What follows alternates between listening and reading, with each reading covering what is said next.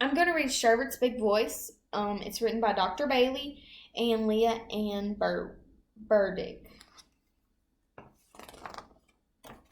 It's the first day of school in Bug Valley. Shubert is so excited that while getting dressed, he sings, "Hooray, hooray, it's a wonderful day." Sherbert's sister, Sophia, hears him singing and shouts out, "I know a secret." Shubert, being a lightning bug, gets so excited that his body lights up with a golden glow. What is your secret?" Sophia looks to see if anyone is around and then quietly whispers to Shubert, "There's a new teacher at school who does magic. She's a beautiful butterfly. Her name is Miss Bookbinder. My friend told me Miss Bookbinder can make rainbows appear." Shubert isn't sure he believes his new teacher can make rainbows appear. He is sure that he is excited, so he continues to sing his song, "Hooray, hooray, it's a wonderful day. Hooray, hooray, I'm on my way." While singing, Shubert has a brilliant idea. "I'll take Miss Bookbinder an apple. It'll be a gift to help her feel welcome in Bug Valley." Shubert carefully packs his apple in his backpack so it won't get squished, squashed, smashed, or splattered. Off he goes to school. When Shubert reaches the door of his classroom, he gently pulls out the apple to admire his gift.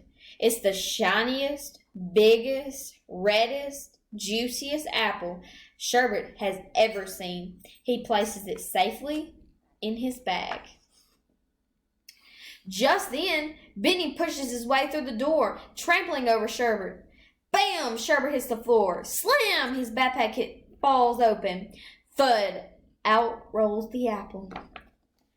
"Ow!" yells Shubert as he watches the apple bounce across the room.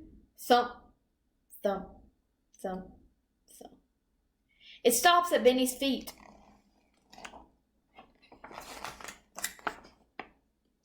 "Look, an apple. I am so hungry," Benny says with delight.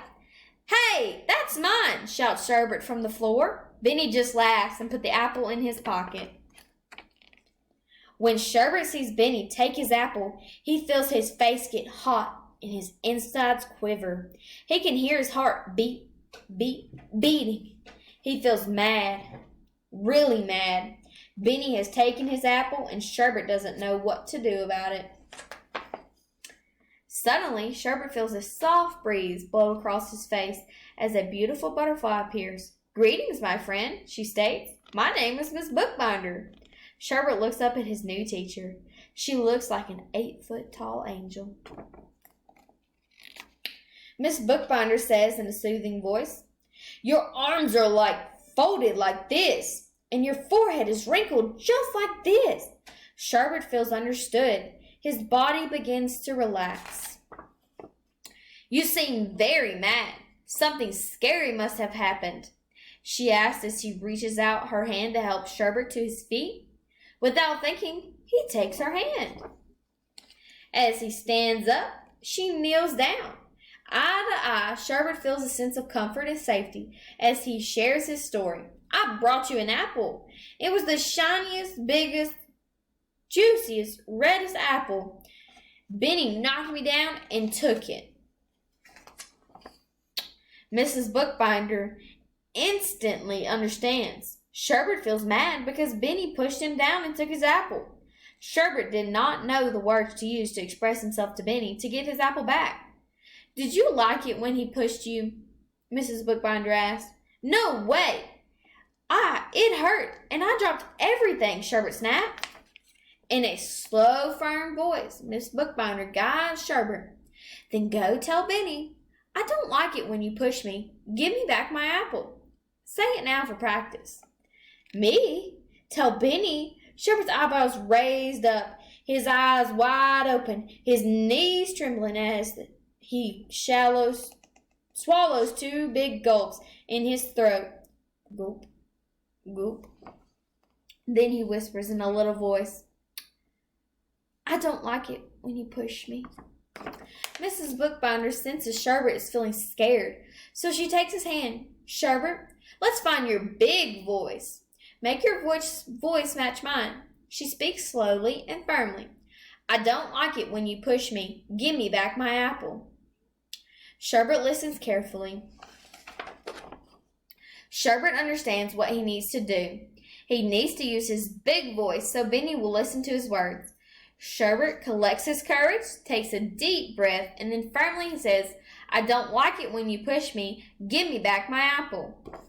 Mrs. Bookbinder nods. Practice is over. Shubert is ready to talk to Benny. Shubert, with his heart beating fast, walks toward Benny.